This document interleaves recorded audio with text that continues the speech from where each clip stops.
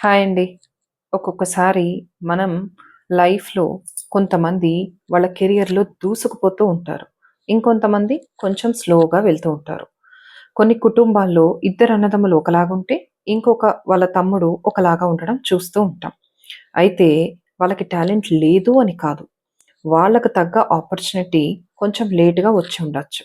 వాళ్ళ నైపుణ్యం కొంచెం లేట్‌గా లైమ్‌లైట్‌లోకి వచ్చుండొచ్చు. అంత మాత్రాన వాళ్ళు దేనికి పనికిరారు అని మాత్రం కాదు. ఒకసారి ముగ్గురు అన్నదమ్ములున్నారు. ఒక ఊళ్ళో. పెద్దతను డాక్టర్, రెండో అతను ఇంజినీర్, మూడో అతను మంచి వాక్చాతుర్యం కలవాడు. అతని టాలెంట్ చూసి అతనికి స్కూల్ లెవెల్‌లో, కాలేజ్ లెవెల్‌లో ఎప్పుడూ యాంకరింగ్ చేయమని అవకాశాలిచ్చేవారు. అయితే కాలేజ్ అవుతుండగా వాళ్ళ ఫ్రెండ్స్ ఒక మాట అంటారు. "నువ్వు టీవీ ఛానల్స్‌కి ఎందుకు అప్లై చేయకూడదు" అని. అతను కూడా సరదాగా అప్లై చేస్తాడు. నిజంగానే అతనికి ఆఫరొస్తుంది. అయితే టీవీలో జరిగే అన్ని షోస్‌కి అతను యాంకరింగ్ చేస్తూ ఎట్ ద సేమ్ టైమ్ అక్కడ జరిగే సీజన్ క్రికెట్, ఐపీఎల్ వీటన్నిటికి కూడా ఆహ్, అప్లై చేస్తూ ఉండేవాడు. అట్లాగా అనుకోకుండా అతనికి ఒకసారి జూనియర్ కామెంటేటర్‌గా అవకాశం వస్తుంది. అయితే సీనియర్స్‌తో పాటు ఒక జూనియర్‌గా అతనికి అవకాశం వస్తుంది. అక్కడ అతను మంచి మెళకువలు నేర్చుకొని మళ్ళీ ఒక నేషనల్ టెలివిజన్‌కి అప్లై చేస్తాడు. ఈసారి అతనికి నిజంగానే కాల్ నేషనల్ టెలివిజన్ నుంచి వచ్చి మొత్తానికి ఒక సీనియర్‌తో కలిసి పనిచేసే అవకాశం వస్తుంది.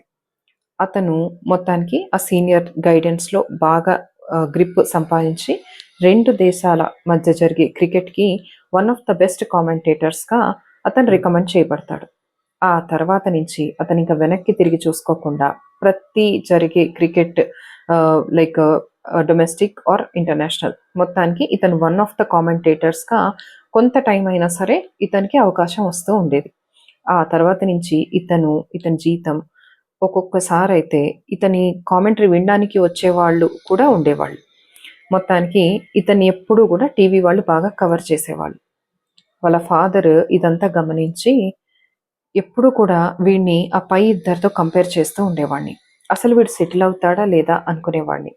కానీ వాడికి ఏ టాలెంట్ ఉందో ఆ దిశగా అయితే నేనెప్పుడూ ఎంకరేజ్ చేయలేదు. నేనలా చేసుండకూడదు అని చెప్పి చాలా బాధపడుతూ కొడుక్కి సారీ కూడా చెప్తారు. కొడుకుని చూసి చాలా గర్వపడతారు.